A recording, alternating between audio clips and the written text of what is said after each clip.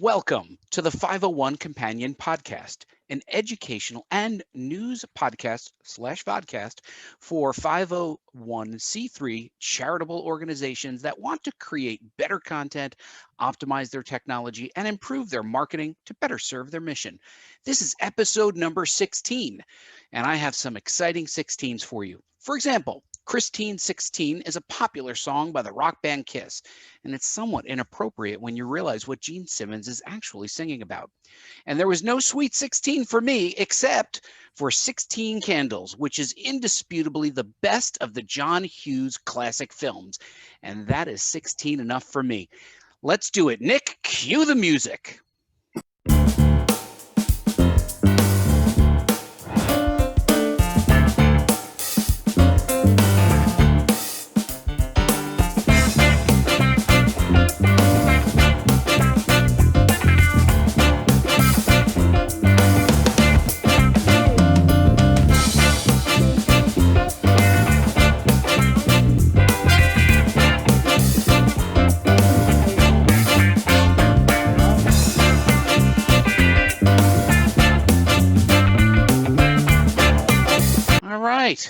I am joined by my talented co-hosts who bring a wide range of experience to our weekly podcast. First, meet Matt Balo, our Chief Digital Officer. Matt, tell them who you are and what you do. Hi, everybody. Matt Balo. I am your digital marketing leader. I've been a marketing executive and MBA for the last 20 years. Been hands-on with data as a software engineer, and now I specialize in data-driven insights and strategies, partnerships, and innovations. So my goal is to leverage my deep knowledge of that technology and business and bring that to these charitable organizations. That's fantastic. Hey, Nick, you're our Chief Information Officer. Tell them who you are and what you do. I am Nick, your company's computer guy. What do I do? I've been doing technology for probably longer than Matt's been doing marketing. Sad to say, but I love it. I still love it. So. You started off with 2 rocks. Yes. Yeah, and that was when it was rocks were technology at one time. And my name is Buddy Scalera, and I am your Chief Content Officer. And I have many, many years of marketing and content creation behind me, and I bring that to the 501 Companion Podcast. We're here to provide your organization with the information and inspiration to take your charitable mission to the next level. So let's start the show, guys. I am very, very excited. We have a very special guest. His name is Tom Hall. He's from the Montclair Film, and they run the annual Montclair Film Festival. Let me just give you their mission statement, because we do believe in mission statements, and then we'll introduce Tom properly. The Montclair Film connects global filmmakers with audiences in a diverse, culturally vibrant community, presenting films and year-round programs that engage, entertain, and educate through the power of visual storytelling. Welcome to the show, Tom. Thank you for having me. Hi, guys. Appreciate it. So, Tom, I was calling your organization the Montclair Film Festival, but it's actually called the Montclair Film. Is that what I'm to understand? Yeah, we're Montclair Film now. Yes. So 3 years ago, we went through a rebranding process, having originated as a film festival originally, but having developed into a year-round, 365-day-a-year organization. We decided that festival sort of implied a time-bound 10-day festival, whereas we were doing work, the other 355 days as well. So we rebranded as Montclair Film, and so that's where we are now. But don't worry, because as I said earlier, everyone still refers to us as the Montclair Film Festival. It's totally fine. They're not necessarily interchangeable, but it works. We totally get it. So not a problem. And, for those of us who are not familiar with the New Jersey area, that is Montclair, New Jersey, right, Tom? Yes, about 12 miles directly west of the Lincoln Tunnel.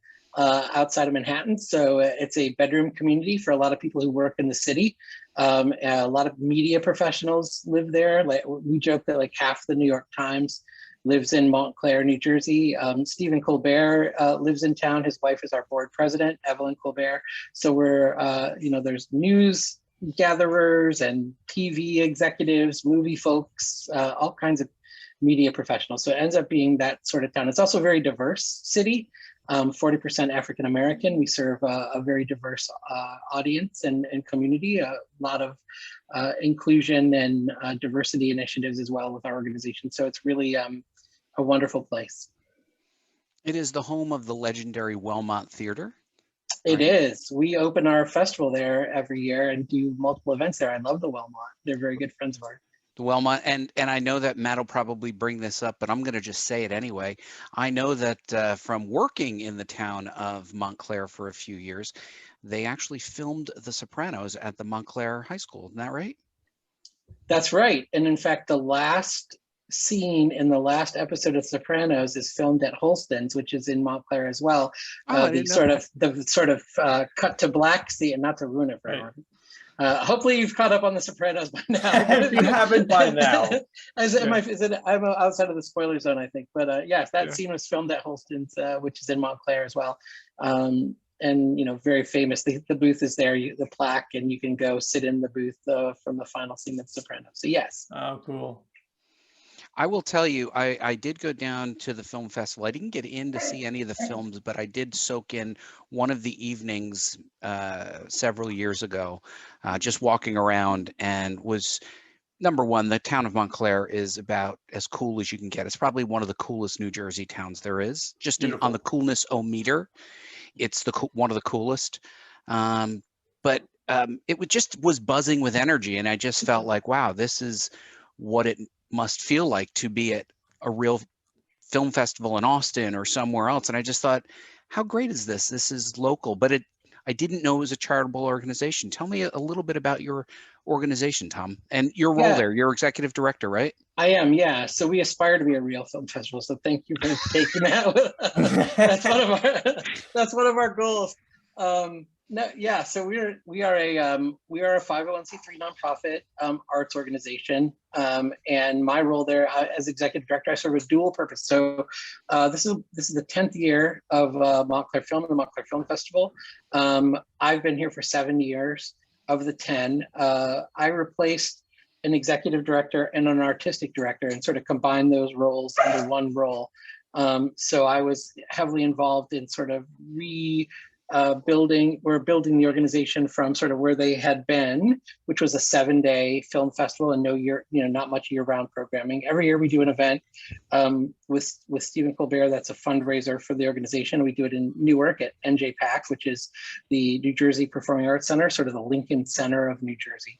And we, when I got there, they were in like astounding financial shape. Like I couldn't believe the governance and management that the board had done after 3 years to really create a successful, sustainable organization.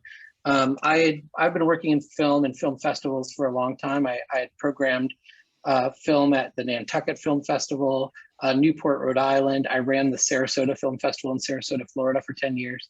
But I lived in Brooklyn the entire time, and I was sort of traveling back and forth to all these different locations for work. And I ended up starting a family and getting married and all that stuff. And it just became sort of less sustainable. So Montclair seemed like a really great fit in terms of family. And but when you walk into an organization and you want to make sure that it's something that's going to be there in year 4 and 5 and 6, and the dedication of the board and their commitment to really being fiscally responsible was a really refreshing approach. And it was not, 7 years ago was 2014, and I'd worked in Sarasota, which was a real estate community during the 2008 financial crisis, and that was a real difficult time for nonprofits in general. A lot of giving that was done in that community was done through real estate developers and people who had been involved in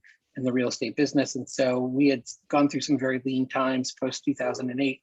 So to come in 2014 and see this organization in great shape was really, again, I was just blown away by it. So I've taken those principles with my role, and I continue to program the films and bring the talent to the festival. But I also work with managing the board. I work with our development team, our marketing team, our education team, and make sure that all of our mission-driven programming is organized, coordinated, managed, We work with sponsors and partners in our community to bring films that sort of speak to their mission, which I think is really the nice thing about film. It's incredibly flexible. There's a movie about everything. Like, you know, you can be a podiatrist and be like, I've got, you know, this interest in showing a film about my work. And I'm like, guess what? There's a movie about that. So we can find that. We can go out and get that. You know, there's a movie, it's really a flexible format. And one of the wonderful things about that is that it allows us to work with nonprofits and other organizations who spend their days doing charitable work, you know, feeding the hungry, working with teens, working with incarcerated people, fighting racism, whatever it is. And we can find films that, you know, on the day-to-day, they're doing, you know, program delivery for communities in need. And we're able to give them something different. We can bring in their patrons, their sponsors, their donors, and say, let's have fun tonight. We're going to have a movie. We're going to have a conversation. We're going to talk about your mission. And your mission is going to be amplified through the power of what we do at Montclair Film, which is storytelling. And I think that's a really unique and fun way to create community partnerships with other nonprofits. So we do all that stuff, and that's sort of our day-to-day throughout the year until the film festival, when it's, you know, crazy town for a couple of months getting that ready. Wow, that's a lot. That's incredible. I love the rebranding the year round, you know, and you know, those opportunities that you've created for partnerships, right? I mean, that's really what you're kind of partnershiping with other charities. Absolutely. I mean, it's really important to us. The community is filled with need and interesting and important organizations that do a lot of great work, and we don't want to reinvent the wheel. We want to use our space to give them space to amplify what they're doing. So, you know, we have other little subtle ways of doing that as well. Our education program, for example, every year we have this thing called real world filmmaking, where we partner with a nonprofit. We end up making a film about them, so that they can use that film to fundraise and amplify their mission. So our students go out and learn about an organization, and they make a short documentary film about that organization. And then that organization could take that film and then use it as a fundraising tool to go amplify their development process. So that overlays a couple of your missions. I have noticed that you have a learning program as part of. Can you talk about the mission of the learning programs? Absolutely. So Montclair Film Education is a year-round. We work in quarters. It's, you know, seasonal: spring, summer, fall, winter, and each quarter we teach classes from middle school through adult, mostly in visual storytelling. But we have a wide range of programs that are sort of outside of that as well. We have a podcasting studio. We haven't done vodcasting yet, but I'm excited to be on one. We do podcasting classes there as well, teaching people how. We allow community partners to use our podcasting studio to record their own podcast as well. And then we have, my favorite program was like sort of a semi-podcast program where we took first generation college applicants whose parents had not gone to college, but they were going for the first time. And we taught them in a writing class how to write a personal essay for their college application. And then we did it as a story slam. So all the kids came and presented their personal essay as like a live event story. We recorded that and created a podcast out of that for them. And then they could include that participation on their college application as well as sort of an extracurricular program on top of the essay itself. We had a storytelling coach come in and teach them how to do storytelling as well. So education is sort of the backbone of our year-round mission, although that'll be expanding soon. But I think it's really important. You know, we want to create an audience of the future. We want to create people who care about visual media and who can be literate in visual media, so that they, you know, are good citizens and can participate in the democracy and all that good stuff as well. So I think that our programs do a lot in that regard. We partner with the public schools. We're in Newark now, partnering with schools in Newark, New Jersey as well. Our education director, Sue Hollenberg, is tireless in her efforts to bring in kids of all backgrounds. We have scholarship programs. No one's ever turned away for economic need from our program. So it's I'm really proud of that. We built that. We've been around. I think that part's been around for like 5 years now, but we built that from the ground up, and I really think it's an important part of what we do. That's awesome. So if somebody wanted to get involved with that, I see you have different ways of getting involved, right? So I mean, some people may want to participate. I see you have on your website volunteering. What are the different ways that people can get involved? Yeah, And with like, Montclair, how should they reach out to you? I mean, you're all over, right? You have Facebook, you're on Twitter, you're on Flickr, you're all over. yeah, Still on YouTube, Flickr. obviously YouTube, which is great. exactly. YouTube. They We're have a trying. good following on YouTube too, right? Our TikTok suffers, but yes. Um, I want more TikToks. Yeah. So if anyone wants to get involved with us, volunteering is the best way, just to feel out, all of the different departments. From the film festival, you can be anything from like, ticket taker to driving celebrities around town to, helping us at parties to, there's a million different jobs. We need all the help in the world. So volunteering is a great way to get started. Taking a class is a great way to get involved because it offers us some financial support. And if you can't afford one, we can make it happen for you. And you're participating in an education program, which is great. And where are those classes? Those classes are listed on your website, right? Yeah, under the education tab at the top of the page, there's a list of classes. MontclairFilm.org. MontclairFilm.org, and they rotate quarterly. So, and they're based on demand.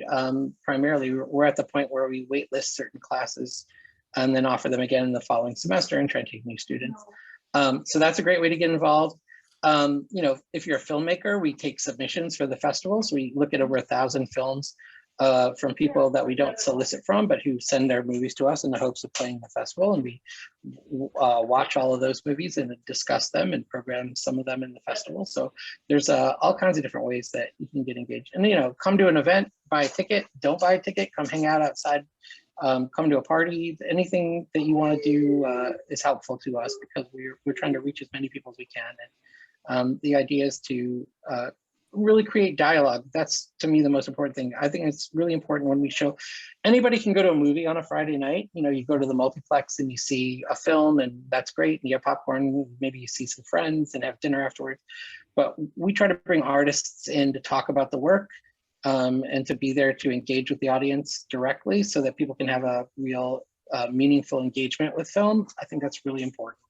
It's so available now with Netflix and Amazon Prime and all these streaming services that are out there. But to get together in a theater, which COVID was a problem, but as things start to open up, getting together in a theater and having a conversation and discussion is really, really great. So I think that's the backbone of what we do.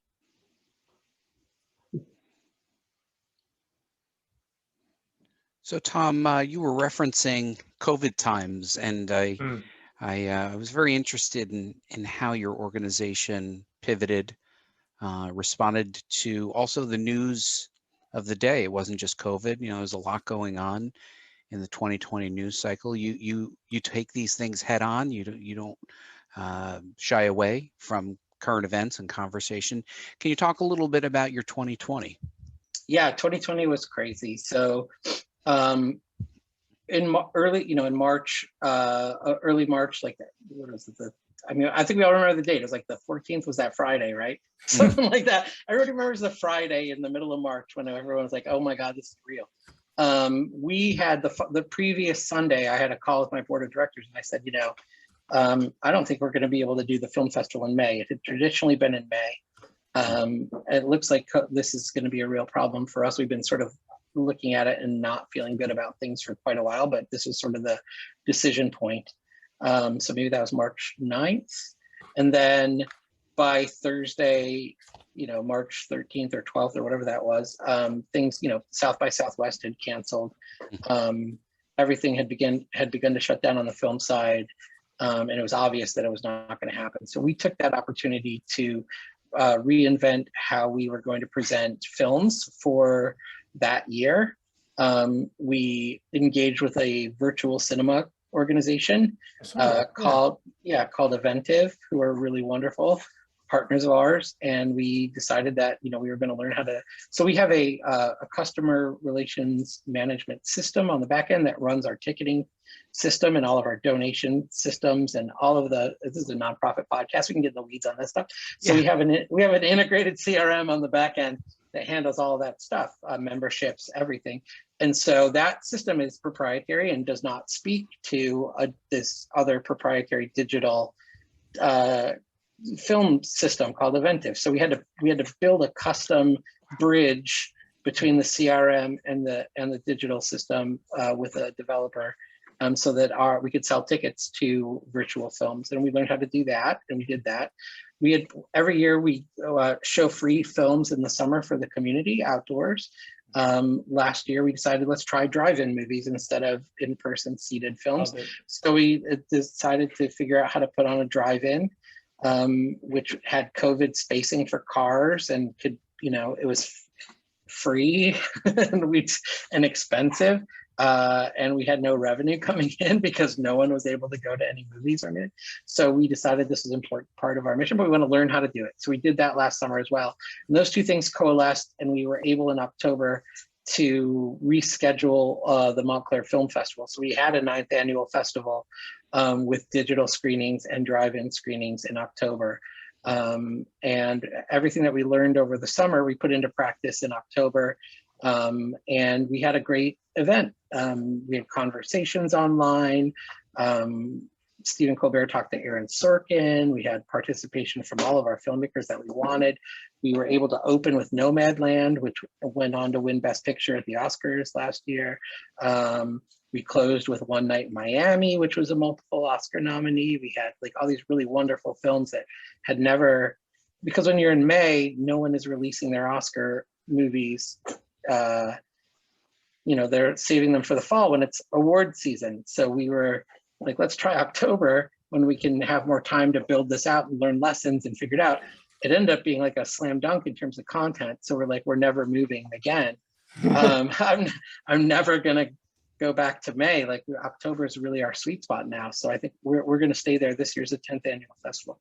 So the good news was for us, we applied for PPP loans, like I think a lot of nonprofits did. We were given 2.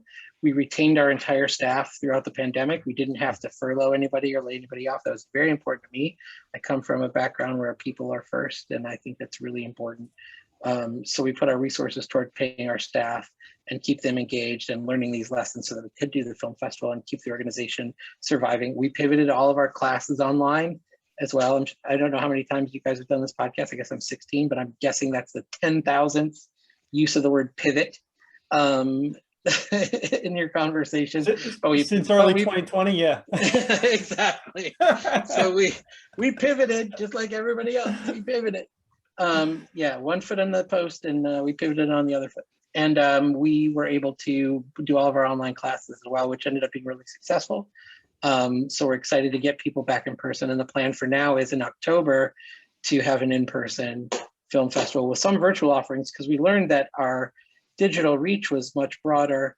We could reach people in California, all over the world with our own programs. So we're going to keep a lot of our conversations and programs online and we'll do them in person. We'll stream them live online, and then I think do in-person screenings as well. So it's going to be a mix. And speaking of a pivot, Tom, you have a pretty amazing pivot, something I've never heard a film festival do before. You acquired a cinema, is that right? Talk about that. Yeah. Perfect timing. Yeah. Right when everyone's home watching Netflix and everyone's bailing out of movie theaters, we thought, let's pick one up.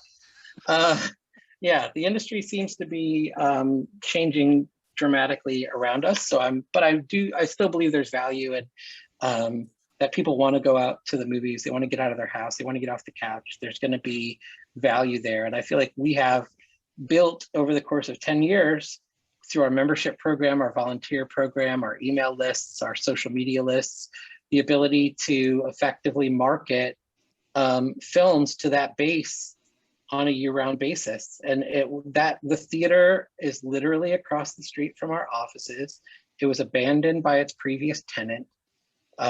We know the landlord and we're able to negotiate a lease with him. And I think it's going to be a real success story for our organization. It's the only art house theater in Essex County, New Jersey, traditionally speaking. So it's always shown the films that we showed at the festival. I would program a film festival in May, and then in June walked by the theater, and everything we just shown at the festival was on the marquee playing again, because we had done all the word of mouth marketing for that film at the festival, and here it was now making money for somebody else, and it drove me crazy. I'm like, I want to be doing that myself. There's no reason we can't do this. So I'm really excited that we're going to have a 6-screen cinema. The previous tenant left it in great shape. We've used it every year for the film festival. Physically, like I said, it's right across the street from our current office that we own. We were given a building several years ago by Investors Bank as a donation to the festival to give us a home, which has been great. Our education center is there. We have a 65-seat cinema in that building, and our administrative offices are there as well. So I feel like we're in wonderful position to make that a success. So we literally just signed the lease last Friday. Congratulations. Thank you. The construction team to do the renovations was in on Monday without a contract or a down payment. I have no idea, or insurance apparently. I have no idea why they were there. We were freaked out. We're like, why are they working?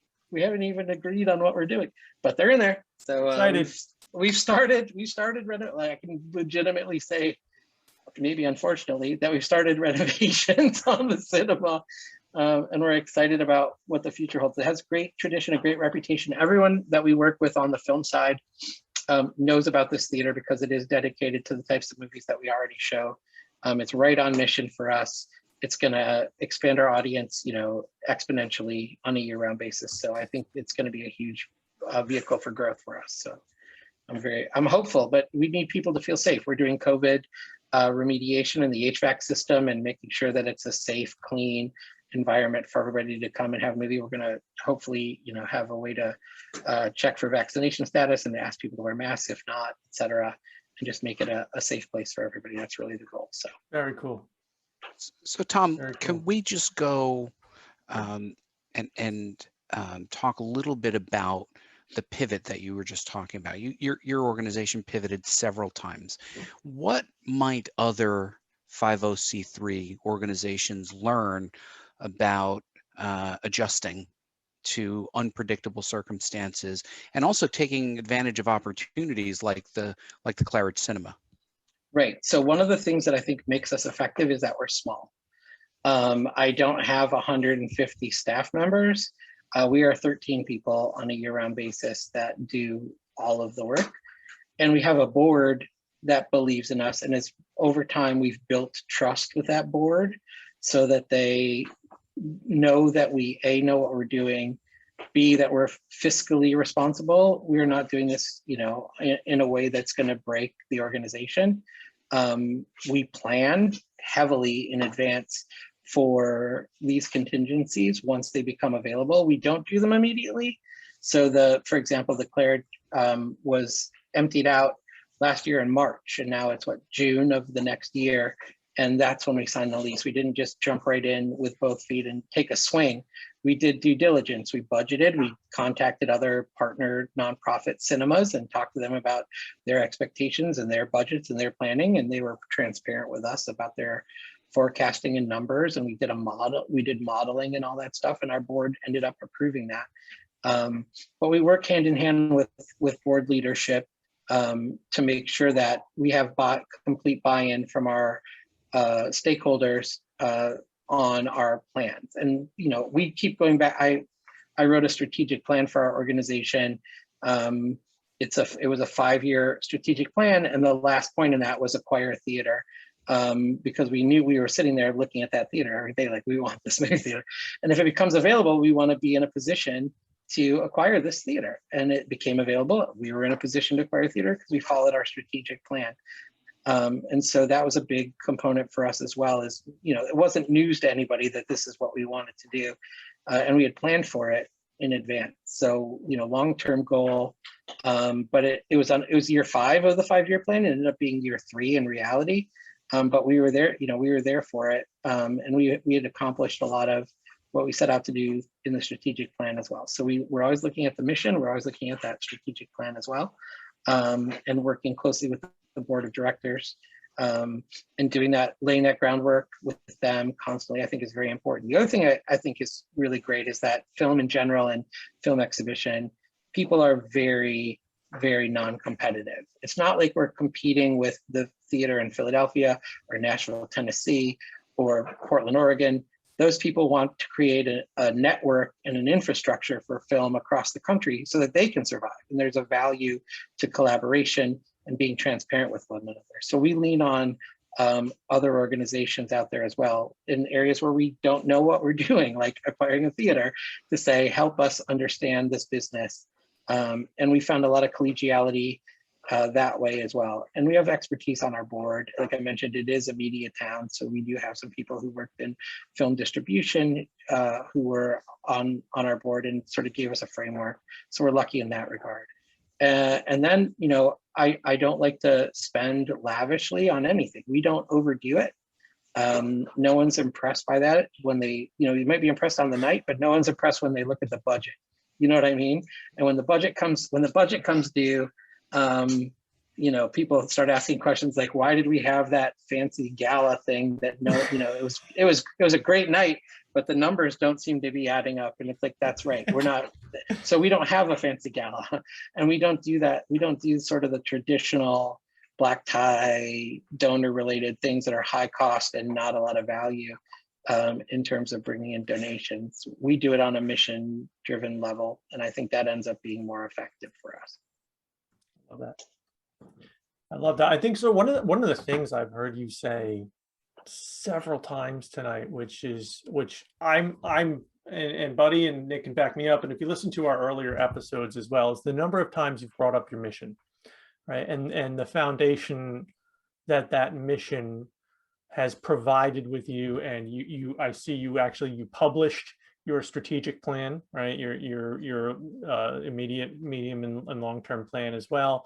And it's, as you said, it's mission-based, and even so much as the budget you talk about comes back to this, like every aspect that you've brought up tonight, whether it be the educational side, the theater, the budget, whatever it is, really comes back to that mission. Would you mind talking to our audience a little bit about the importance of that? And also, if you don't mind, you know, since you have recently went through a rebranding, kind of what did that look like to build that out? Like your thinking, your thoughts, how long did it take? You know, how much thought did you put? Obviously a lot, but, you know, just kind of help our audience with that for some people who may be, you know, either new at this or starting up or really struggling because they haven't gain that foundational mission yet that they can, like you are, so solidly reflecting on. I love that.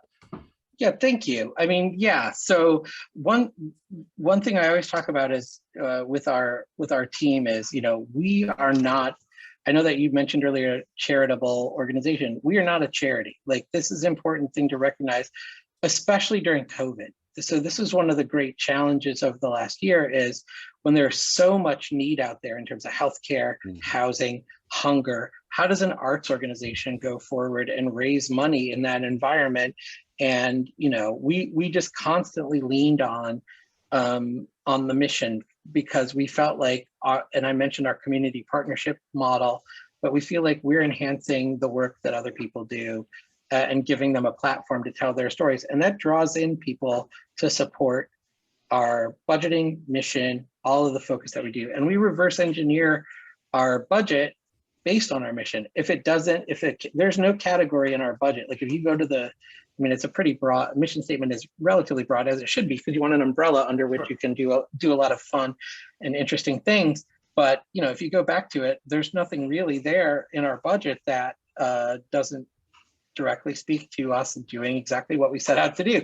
That we don't put a lot of frosting on the cake. We're making a cake, so it needs some frosting, but we don't want to, like, you know, we're not making just frosting. You know? So we really like to trim the fat in terms of that. We also, just in terms of strategies, and this is a strategy that we use and has been very effective with our board, is that we over project on expenses and under project on revenues. We think things are going to be way more expensive than they end up being, and we're going to make way less money on it than we end up making. And that, at the end of the day, works out pretty well for us because it gives us the discipline to stick to those numbers. We're not sticking to reality. We use historical data, and then we trim it down from there because we don't know what the future is going to look like. But, like, you know, it's really important for us to make sure that we're not over projecting and getting ourselves in economic trouble.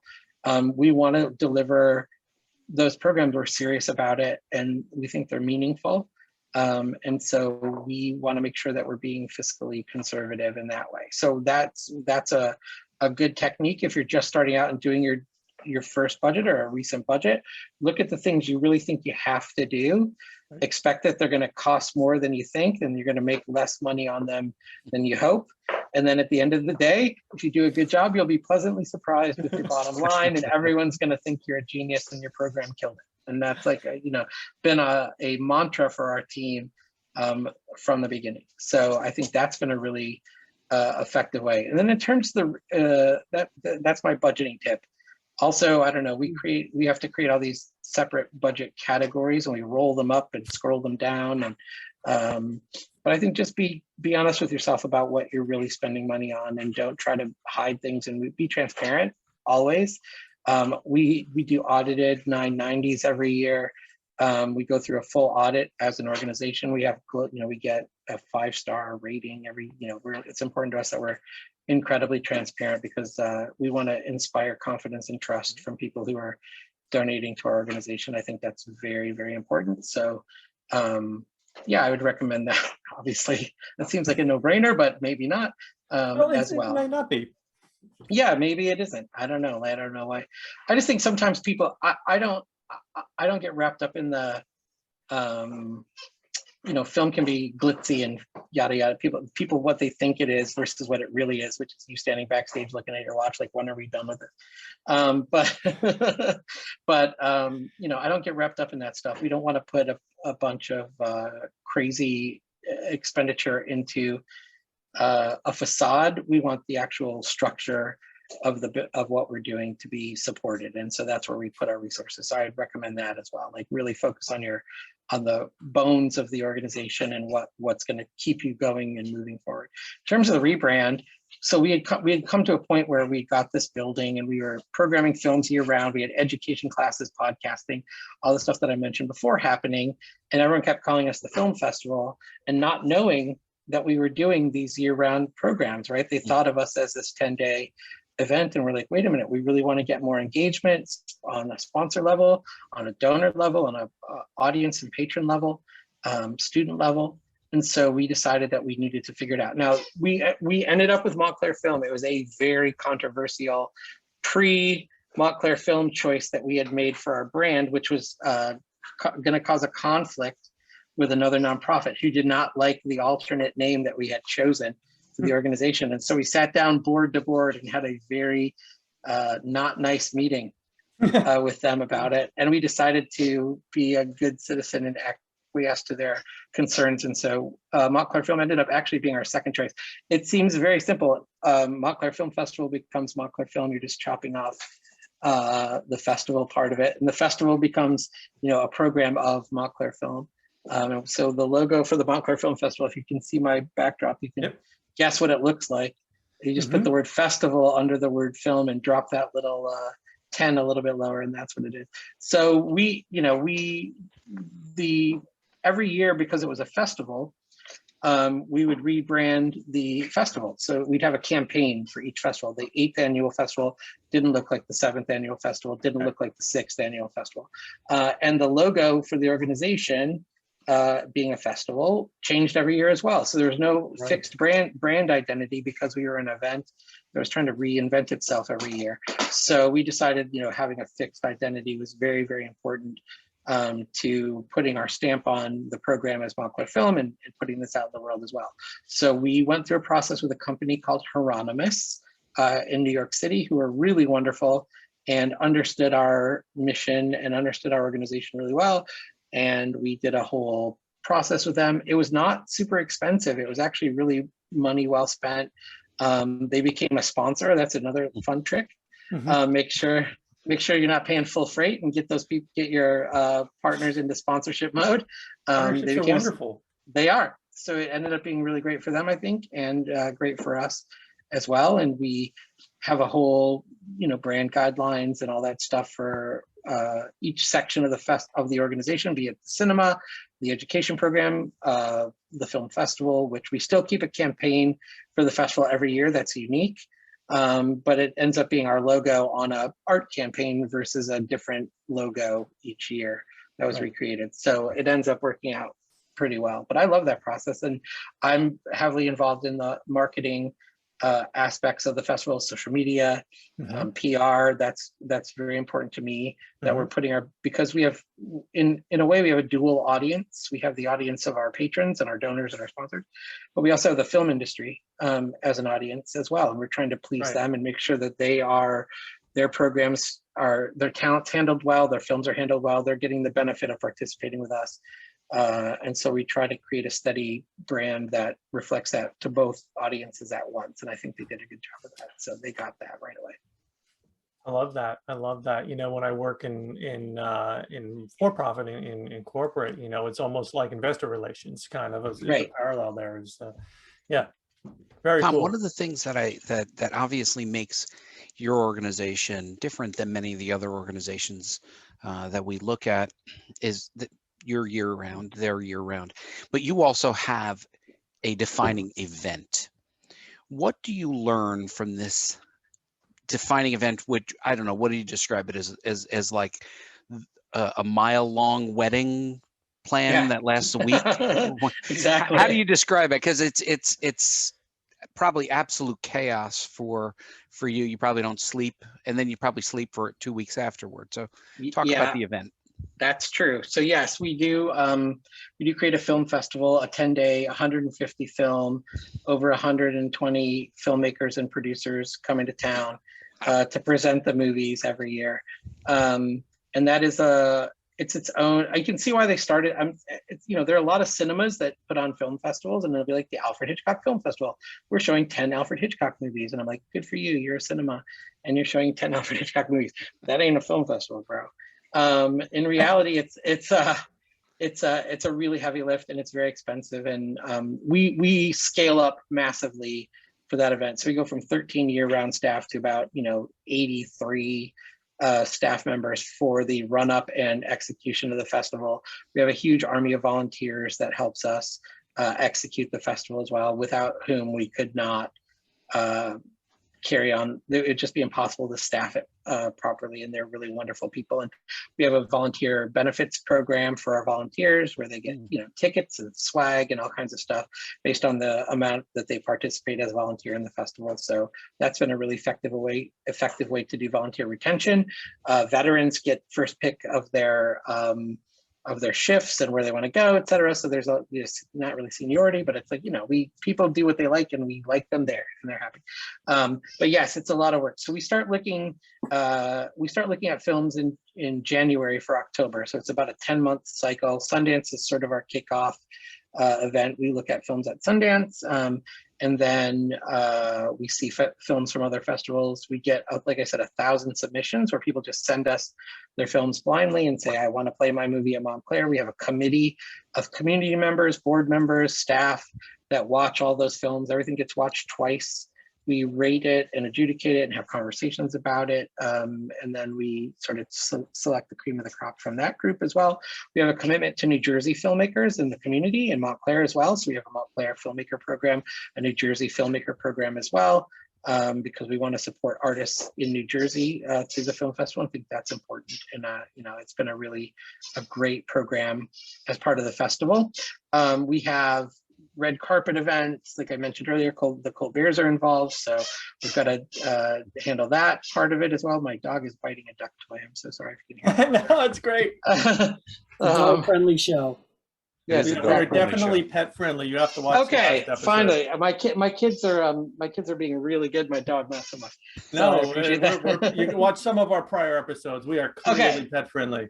Yeah, in one of the episodes, Nick was biting a duck toy. So it's a squeaky duck. I wish she would stop eating it, but she won't. Anyway, that's great. She's a sweet duck. So it's better than barking, kind of what she was doing earlier. So yes, it's a huge ramp up for the film festival. We rent out venues, we retrofit them, as like the Wellmont, for example, which doesn't have a film, it doesn't have a projector, doesn't have a screen, doesn't have a lot of stuff that we need for the sound system.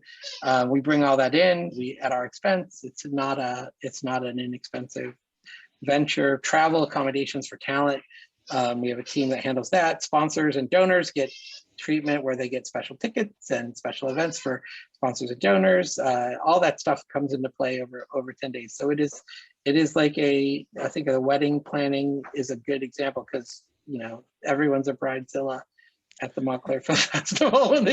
I'm just kidding. Everyone's super sweet and lovely, and they enjoy it. And it's we want the event to reflect the community. And so we really work on making sure we have women directors, people of color, international films, documentaries, fiction, bigger movies, smaller movies, the whole thing. So the fun part of that is as a programmer, people think it must be so hard to put together 150 films, but if you start doing the math, it's really quite easy. You have 150 films, you divide it in half are short films, half are features. You're down to 75 features. Half of those are fiction, half of those are nonfiction. Let's say you have 37. How many of those are going to be romantic comedies? 3 or 4. How many are going to be scary? 4 or 5. How many of them are going to be indie dramas? 5 or 6. It ends up coming together quite easily because of the categories that you want to have a diverse range. You want to make sure that you're having a mix of films that speak to the wide range of tastes in the community. So it ends up being not that difficult. The only hard part is saying no, because I don't like, we have a Friday where we send out all of the no's to people, and we get a 6-pack, and we wait for the hate mail to come in because everybody, we hate it. We hate saying no to people. I wish we could show every film that we got and give everyone a platform, but it's just physically impossible. So we have to be selective. Just go back. What is one thing that from running events that other 503c organizations might be able to benefit from? I think it's taking care of people personally and making sure that they have a great experience is the most important thing. Our development team works incredibly hard to make sure that people have a personal touch at the events and at all of our events, from screenings. I'm so sorry about this, Doc. From screenings to parties to we do. So for just to give an example of the type of things that happen at the festival that I think are a good example. We announce the films on a Friday. On Sunday, we sit down with our high-level donors and do a personal walkthrough of every movie in the festival so they can decide what they want to see. We have a ticketing window just for them so that they can pick out, the films that they want to see. The same goes for our next tier of donors. They get a special night. We do a cocktail reception for them and talk them through the films as well. When they show up on opening night, there's a reserved seat waiting for them. We do a lot of what I think is, making sure that people feel valued for donating and participating in the festival. The same with filmmakers. We're not asking, we give them tickets to things that they want to see and to their own films so they can bring friends and family. We're not trying to get rich on the ticketing side of it. You know what I mean? It's not worth it. We'd much rather have the relationship. So love that. Yeah. So it's creating a great experience in the moment. Absolutely is a big takeaway. And there's no cost to us for a ticket, right? I mean, it could have been a seat we sold, right? But in reality, the donation and the long-term relationship is far more valuable than a single ticket or whatever short-term revenue we might generate from, cashing in on that moment. We want the moment to build the relationship. And so I think you have to think of it that way. I think a lot of times people get, especially on the film festival side, get wrapped up in, each event paying for itself through ticketing. Sometimes a lot of people don't remember that there is an entire contributed revenue track in the organization that's like massively important to the bottom line. And so you have to balance those values out and not let one of them override the other one. You know what I mean? So you want ticketed revenue, you need contributed revenue. Don't put all your eggs in one basket, and make sure that you have a great experience for everybody in both areas. And what I like about, and this ties into some stuff you mentioned earlier about how you run partnerships with other organizations. I feel like you're very good at relationships, whether it be with your donors, whether it be with your partners, so I see a lot of, in the work that you do, I see a lot of working with other groups, other people, other teams, all sorts of other things, which I think is fantastic. It seems to be working well for you. Yeah, thank you. That is a relationship. Again, like I said about the PPP loans and our staff, but I am a people person. I really think people are the most important part of what we do. And I would always bank on relationships over anything else. It's always better to have a great relationship and a great experience than it is to like have a short-term gain that's going to burn a bridge or make people, feel grossed out, like just no, or doesn't seem on mission. You know what I mean? Like I joked about a podiatrist movie, but I could make that work in our mission. Like if that person's happy and like has an audience that really cares about that issue and wants to have a discussion in a film, who am I to stand in the way of being a facilitator for that? I think that their happiness and support is more valuable than whatever precious opinion I have about whether the podiatrist movie is the best movie ever made, or you know what I mean? It doesn't really matter to me. I said it came up again, and I take in a little tangent there because I mean I'm not a podiatrist, nor do I know or am related to any, but I have done I've seen some stuff in that area. You think about a podiatrist, it's interesting, but what you don't think about is, I mean, we were talking about soccer before the show, right? But somebody who saves somebody's foot, saves somebody's toe, isn't just doing that, they're contributing. You talk about visual storytelling, right? They're contributing to that person playing soccer with their friends, with their family for the next 20 years, right? Maybe, right? So like you could, I mean, I can see you could turn that, there is a story there, Absolutely. It's pretty amazing that you really do, it's in your mission, visual storytelling, and there is a story, there's always a story. That's right, there's always a story, that's right. And Tom, you're a storyteller yourself, right? I believe you said you have made film. Are you a filmmaker? A little bit. Well, no, I'm not. I wouldn't call my. I've done like a couple of video projects for a friend's music tour, but I've never really. So I always say my answer to that question is always I love film too much to impose myself upon it, because I don't think I would be a very talented filmmaker. But I have some ideas. I have had some ideas in the past. But I've been in the film world since 1997. Wow. And before that, I was a student of film a little bit, studied international film in particular. And I've watched a lot of movies, a lot. Sure. You guys you do not get a figure like this by exercising. You have to sit around for a very long time. Well, there's 1,000 movies to screen. To earn this magic. Yeah. Yeah. Well, yeah, there's a lot, right? Year. So you probably see some really great stuff too. Oh yeah, no, we see both. I mean, you see a little bit of everything, and it's funny because there's a persistent belief among filmmakers that sort of the film festival world is rigged against that, because it's very hard to break in. Sundance is the sort of American example. They look at 12,500 movies a year, and 100 get in. I mean, that's less than 1%. It's bad. So it's very hard to break into the business, and those movies are good. They get the first crack at the apple, and they end up having really good movies that replicate on the festival circuit because they end up being really good movies. So and that's frustrating for a lot of people who want to break into the industry, and so they think that there's this sort of cabal of film programmers who don't want to show their work, but in fact every film programmer wants to be the person who discovers a great movie. You know what I mean? Like if Citizen Kane were sitting in my submissions pile and I watched it and I was like, you guys, I just saw the greatest movie in the history of movies and no one's programmed it yet. We get to be the ones to world premiere. Who wouldn't want that? I mean, you know what I mean?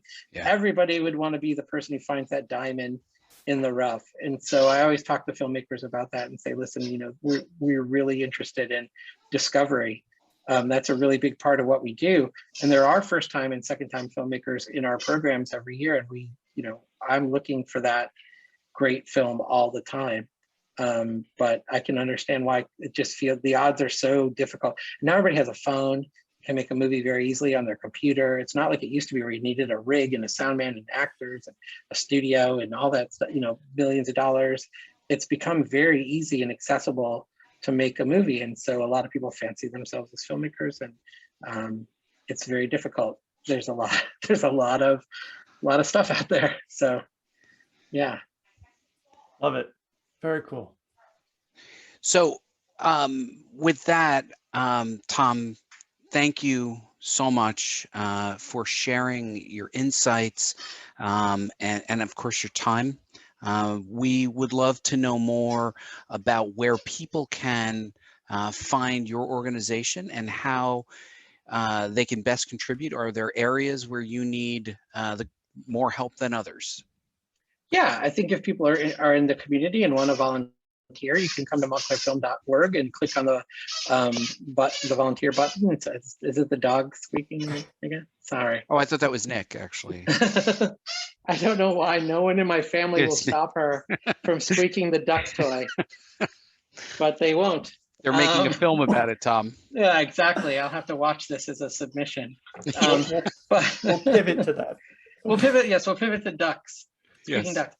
Yeah, montclairfilm.org, and you can click on the volunteer button, and there's a million. I mean, we just have so many opportunities, especially for the festival in October. It's been difficult during COVID, obviously, to have in-person events, and so our volunteer opportunities have sort of dwindled. But we're coming back with in-person, and hopefully people will get vaccinated, and we can do in-person screenings, and they can join us as volunteers. And we look forward to that for October. And then the other thing that we're going to be launching is the clarage.org, which is the cinema. Going to have a standalone website for that part of our business as well, and that'll be in October. We'll be launching that just in time for the film festival, so we can launch the new cinema at the festival. And like I said, work is unfortunately/fortunately underway.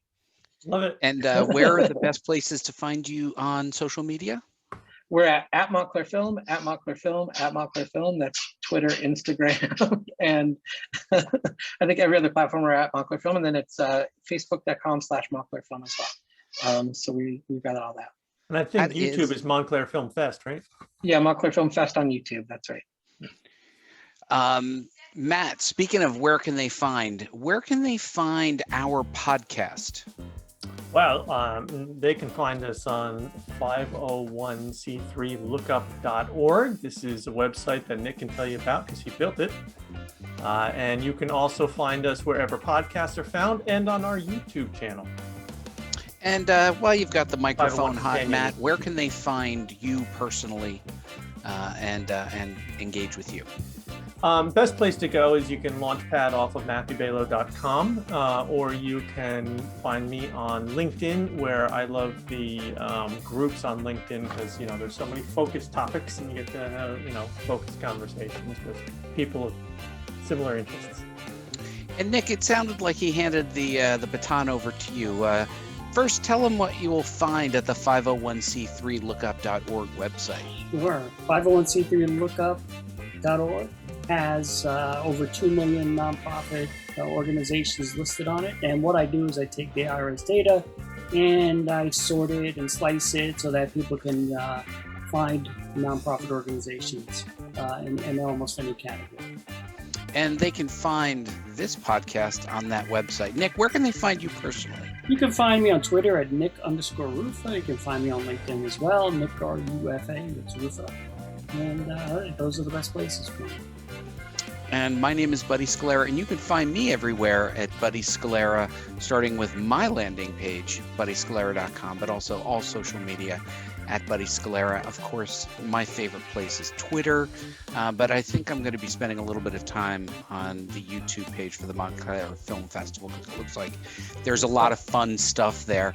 We hope you enjoyed the 501 Companion Podcast and consider subscribing so you never miss an episode. If you have any questions, show ideas, or part of a charitable organization that wants to be on the show, visit the 501c3lookup.org website. You'll find our contact information and a complete list of our previous episodes. And of course, the extensive and free resources of the 501c3lookup.org website. Thank you for joining us on the 501 Companion Podcast. We hope you join us again next week.